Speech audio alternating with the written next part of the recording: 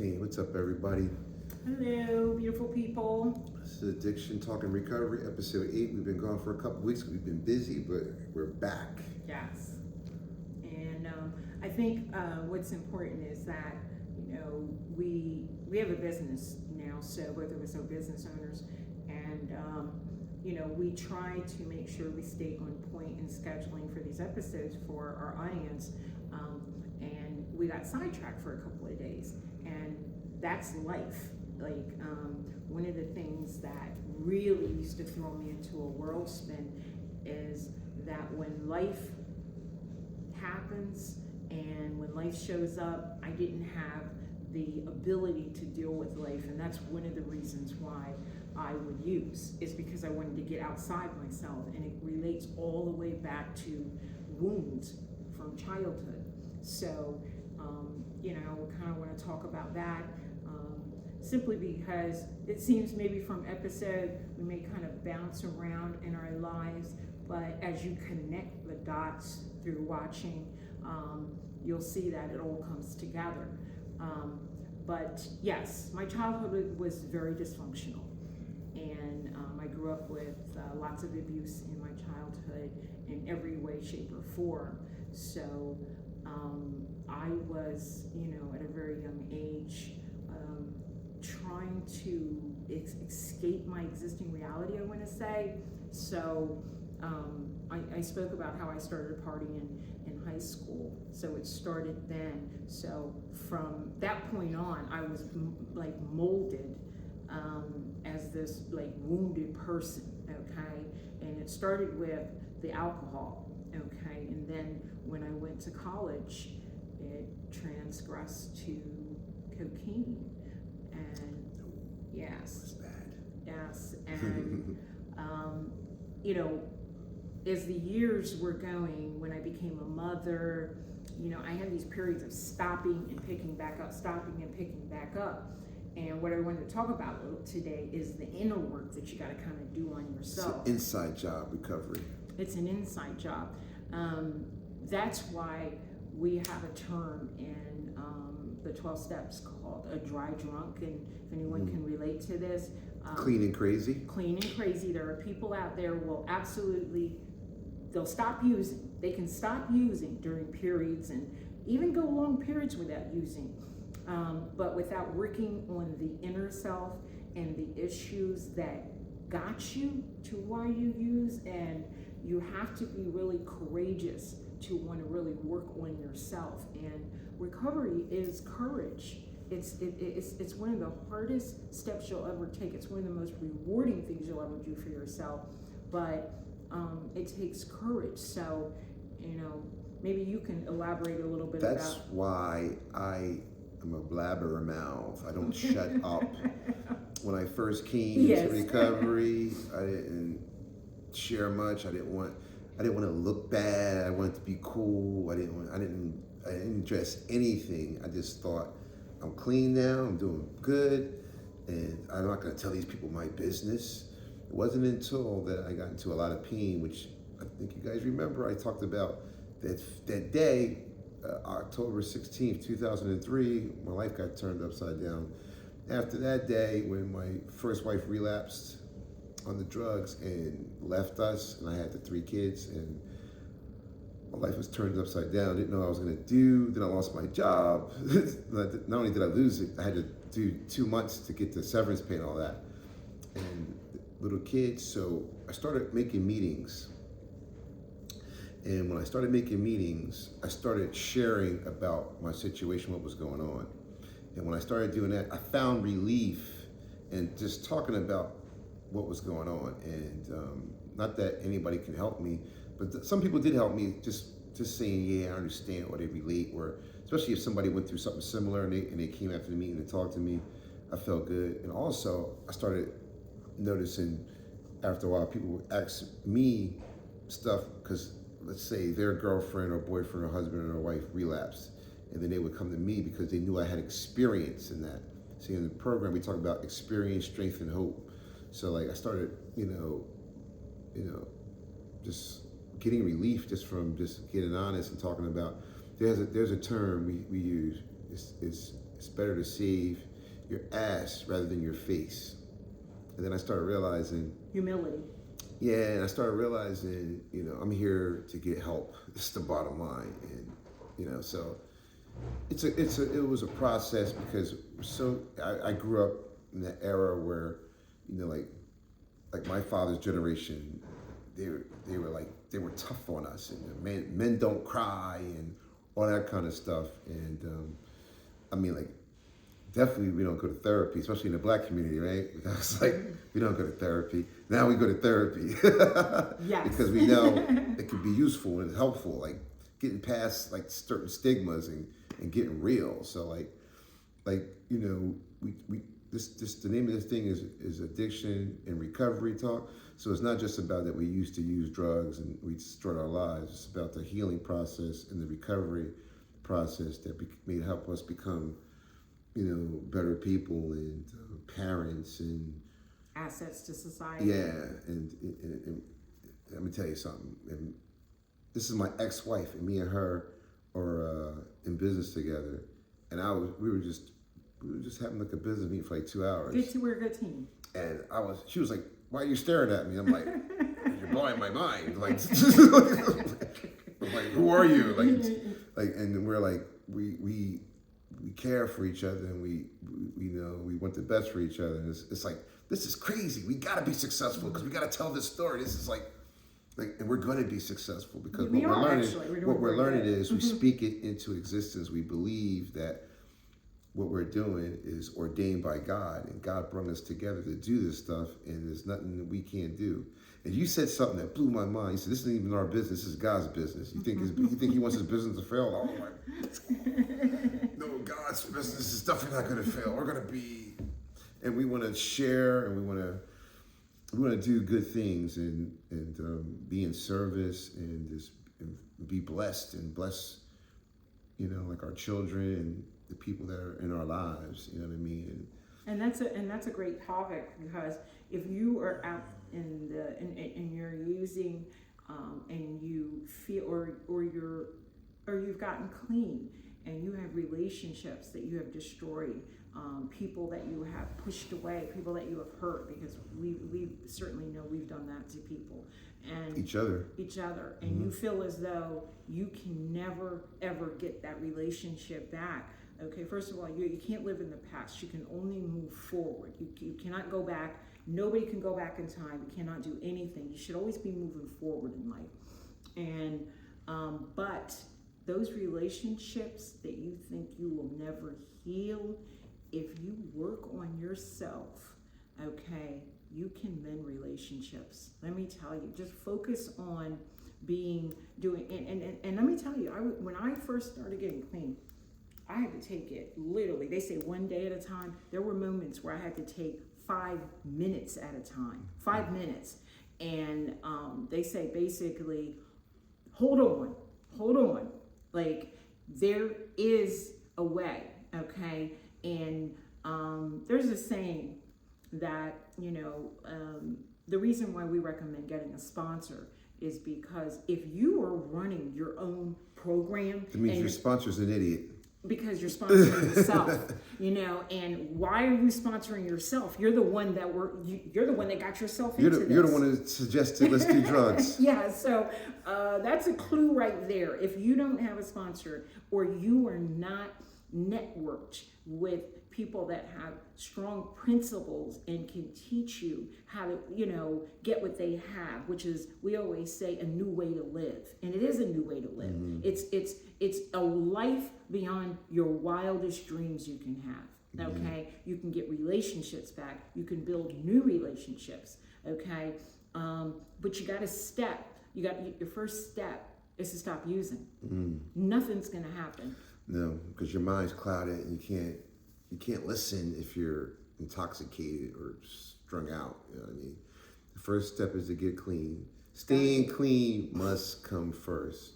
And above everything. And then becoming honest, like talking about what's going on, be open-minded and be willing. Those are the first 3 steps. Steps 1, 2, and 3. And then you're on your way. And then there's a lot more. But that's the foundation. You can't build anything on a weak foundation will crumble. Remember that story? Was it the Three Little Pigs? Wasn't that them? The wolf said huff and puff, and they didn't have a good foundation, right? No, the last one blew it all away. Yeah, because it was 3 different houses, and one of them was made of brick. And I think that's the one that made it. But the other ones, they didn't make it because it was weak. You know what I mean? And so like we're in this process where it's continuous. We're putting the work in. Yes. We're putting the work. We're willing to pay the price to have a better life. The best versions of ourselves. And me and her, we hype each other up. We've been like lately, and like we've been trying to do this business thing for over a year, and not everything is going our way, but we haven't given up, and we tried different things. And we're doing well now. Oh my God! And it's like, and we'd be like, stay tuned. We'd be hyping each other up, and I'm like, oh yeah, oh man, like, we're gonna. And it kind of goes along the line of. And it's healing. When you're an entrepreneur, and not to get off topic, but persistence, like in recovery, it's always ongoing. And I will tell you, if you want it bad enough, God will deliver. If you put in the work, God will deliver. God, your higher power, Buddha, whatever you believe, Allah. The group. It doesn't matter. Okay, like I'm not children, here. Right. For me, it was God. It was God. Whatever force that you want to use to help you stay clean and stay focused. As long as it's not yourself. And that's the beauty about the program. We don't judge anybody on who their higher power is. We just suggest that it's loving and caring, and that it's greater than yourself. Don't think it's a fire and brimstone God that's going to punish you for all that you did. Now, you have to be accountable for what you did. Okay, you have to be. We always say it's not your fault. Addiction's not your fault, but once it is your responsibility. Recovery is your responsibility. That's right. It's up to you. Nobody says I want to be born a crackhead, or I want to be born a heroin addict, or I want to be born. Nobody says that, but it is your responsibility. If you want to stay clean, and this is what we call the people who were here before us, we call them predecessors. And you come into a meeting, you got not that much time clean, maybe a day. Maybe you're not even clean yet. You go to a meeting and there's experienced people who've been clean for a long time and know how to stay clean, have worked this program. They're what you call predecessors. So you don't go somewhere and you don't join a football team and tell the coach, this is how we're gonna do it. You know what I mean? You go there and you get humble and you can't tell help how to help you. Can't tell help how to help you, and you just listen and you take suggestions. And then you start feeling better about I started feeling better about myself. I looked at these predecessors like I couldn't believe that these people had this much time clean and that much time clean. And I heard their stories, where they came from. So then that gave me hope because I thought I was a piece of crap. You know what I mean? Like all the stuff that I did, where I ended up. And like Virginia talks about like her childhood, you know what I mean? But I don't even really have that excuse. I mean, like I had 2 parents, you know what I mean? I was the only child. I mean, I guess the only thing I could say is where I first lived, it was rough, and I got offered drugs, but it wasn't like I used drugs to escape. I just enjoyed it. I liked getting high. When I first started out, I did too. Yeah. In the beginning, it is fun. I'm telling you, it's fun. It takes you outside yourself, and I'm all about fun. Yeah, still am. But trust me, it will get to a point where it's not fun no more. Yeah. And you will do. One of the things I'm going to touch on is the I nevers. Like, I was a bougie addict, okay? Like, basically, I was like, oh my gosh, I would never do that. I would never go to Camden and cop on the hood. I did that, by the way. I would never steal narcotics. I did that, by the way.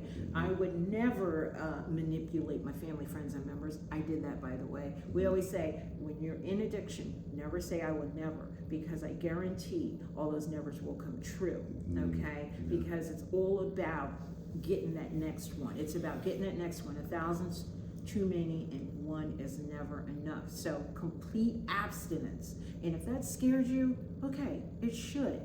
All right. But what I want to say to the people are listening, like, what's the quality of your life right now? Take a look around you. What's the quality of your relationships? Are people dropping off like flies? Okay, and basically, you can die. Yeah. Yeah. Every time you use, Oh and my you God. think you are controlling it, but let me tell you that everybody that has overdosed never went into it thinking, I'm going to overdose today. They're accidental overdoses. Right. And that's because we start to lose a grip, and we start using more of something. We got careless, and our mindset is never the way it was in the beginning. Okay, it just becomes such a habitual part of who you are, and you just lose who you really are. You lose as a woman, and a respectful woman, and a powerful woman in society. At one time, I felt that was though I was inside. I was weak. I was broken. I was hurt, and because those wounds never got healed, Mm-hmm. I found them in chemicals. Okay, and they're Yeah. temporary fixes. Yeah. It's like putting a Band-Aid on a gunshot wound. Yeah. It doesn't work. Yeah. I finally surrendered. Got a sponsor. I didn't want to get a sponsor. I didn't want it to be accountable. I didn't want to talk about stuff. I didn't want to do the work. I didn't want to write. But the pain, and it's crazy because the pain got so great.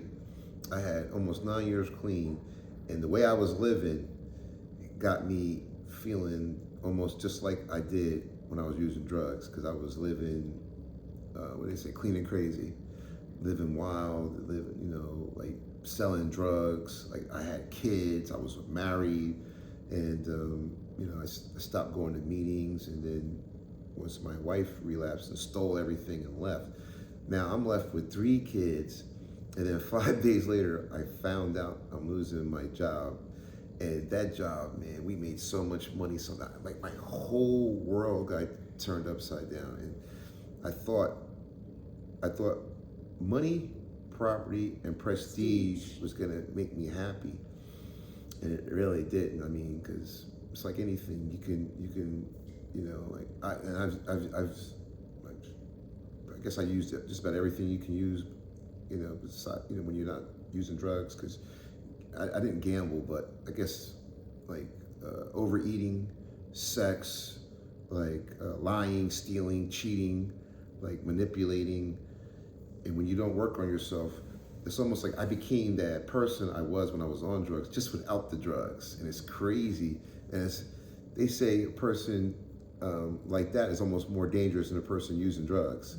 And I'll never forget this. We were selling Oxycontins and Percocets, and this dude that we were selling it to came into the meeting because he started having a problem with it. And all I could think about was, he's gonna let everybody know that I sold him drugs. I didn't think about that, oh my God, It's great for him to be here. Yes, I was just worried about him ratting me out. He's gonna tell everybody. And I was just like, this is like, so now I'm like selling poison, you know what I mean? And you're clean but living dirty. And I was just like, wow, man. And I got honest in a meeting, and it's crazy because selling drugs became an addiction. I shared that I was, my guilt that my wife relapsed on the drugs that we were selling. Broke down, cried in the meeting like a little baby. Got a lot of love and support. And it took me a while to stop selling the drugs because I just felt like I needed to. It was easy money. It was just like I was hooked on that quick, fast money, and it took a while. It took a while to stop doing a lot of the dirt that I was doing because it became part of who I was. It became part of my makeup. And like today, man, I just live this life, man, where I'm proud. Like people could follow me with a camera. A camera crew could follow me, and they would just see this dude is like, he's like going to hot yoga, he's doing this, he's going to work, he's working on his business, he's at the gym, he's doing this, he's interacting with people, man. He's like part of the solution. I'm a productive member of society, man. Like people ask me for advice or ask me what I do as far as like working out and nutrition and stuff like that, and I'm happy to share it with people. And I've always, I don't know, I guess had a electric personality, and can get along with anybody, and so I use that for good now, and I enjoy life, and I'm a people person, but I don't try to force nothing down nobody's throat. But if somebody asks me what I do, I'm happy to share it, and I love giving back, and we got big plans just to just do more and more and more, because God has blessed us. And what's that saying with when you're really blessed, you're almost responsible with so much. You know that saying they say? Oh, You know what I'm talking about? oh yes, So much is required for so much. yeah. To whom much is given, much is required. That's how I feel. That's biblical. Yeah, and I've been given a lot. I'm a big believer in God, and He saved me. I mean, there was I am not gonna say I should have been dead, because if I should have been dead, I would have been dead. But there was a lot of times I could have not made it in situations, and I'm here. I'm healthy. I raised kids. I did a lot of stuff. You know what I mean? And one of the things that we should touch on is, if you're a parent and you're using that, you are literally putting your kids through a living hell. Okay? For sure. And for those parents that are using, that say they will never leave their children, I've seen it happen. I was blessed enough where God had mercy on me, and my biggest why was why I got clean and got my life together was my children. They were the apple of my eye, and I just realized, like, I can do whatever I want with my life. If I want to destroy it, and I want to be toxic, and I want to be, this person that's not contributing to society, I can do that. But I brought children into this world, and I have ultimately the responsibility to be a parent and to be a woman that they can emulate one day and say, that is my mother. And out of all the accomplishments that I've had, property, money, property, prestige, the greatest accomplishment that I am achieving and still doing that is to be a mother to my children. Yeah. And I was not always perfect. I made some mistakes that I regret, and but it's about when you know better, you do better. Okay, and I literally had to pick myself up in a situation where I had lost everything. Everything. I had nothing. Literally, I had a diaper bag and a kid, and I had to start all over. I was on food stamps, and here I am with a couple of degrees, college degrees, and this is the situation that I was in because I chose drugs. And it was not, if it was not an easy climb back, but my God, was it worth it? My God. And there's so many comeback stories in the rooms, man. And you can do that. I'm talking people were in the ditch, in the gutter, lost everything, came from jail, came out, and just one day at a time, and sometimes 1 second, 1 minute, 1 hour at a time, whatever it takes, and just started building a life. And I know, I will say this: we were talking about overdoses. I don't know how many people I know that have died. Me too. And it's crazy because now that there's social media, it was, especially when that fentanyl hit hard, it was almost like at one point, every week, 2 or 3 people that we knew were dying in our South Jersey area. Dropping like flies. These are somebody's daughters and sons and husbands, dying, dropping off. This is crazy, man. And you talk about the opiate crisis, and when somebody dies, I never did opiates, but people who do opiates say when they find out somebody dies from a certain batch, they want to go cop that because that means it's good. I'm like, that's insanity. And that's the same.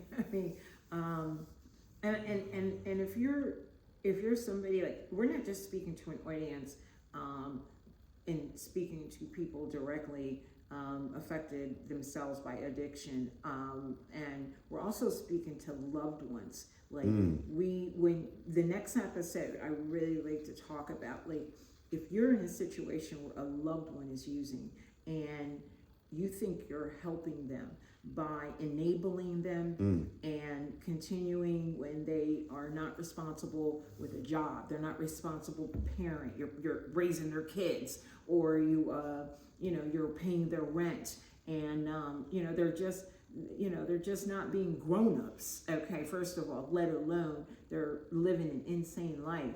You have to be able to get to a point when you say, no, enough is enough. And sometimes loved ones don't get help, and you have to be able to live with yourself. But always ask yourself, am I really helping this person? Am I helping them to keep living the way they are living? Or do I have to get to a point and say, no, no more? Me personally, I hate to tell people what they should do, but I strongly suggest you might want to, because if we have a term, you don't want to love that person to death by giving them, and because then they have no reason to stop if you keep helping them supply. I know, like, a lot of addicts stop getting high because they ran out of money and ways and means to get it, and they got tired. They got homeless, they got tired of that. It's like got their kids taken away. There's a thing called rock bottom, right? And that's what most of us have to go. Pain's a motivator. Pain's a motivator. It's a good motivator because like you want it to stop, so then you finally get to that. I know me. I finally get to that place. I said, man, I got to do something, and that's what I did. I got humble, and I asked for help, and I had to go to jail because I went. I got humble, and I called my peoples. They came and got me, and then I had committed some crimes. So the police came looking for me at my parents' house. I was like clean for like a day or something. Day or two, and the police came and got me like 2 a.m. and took me to jail.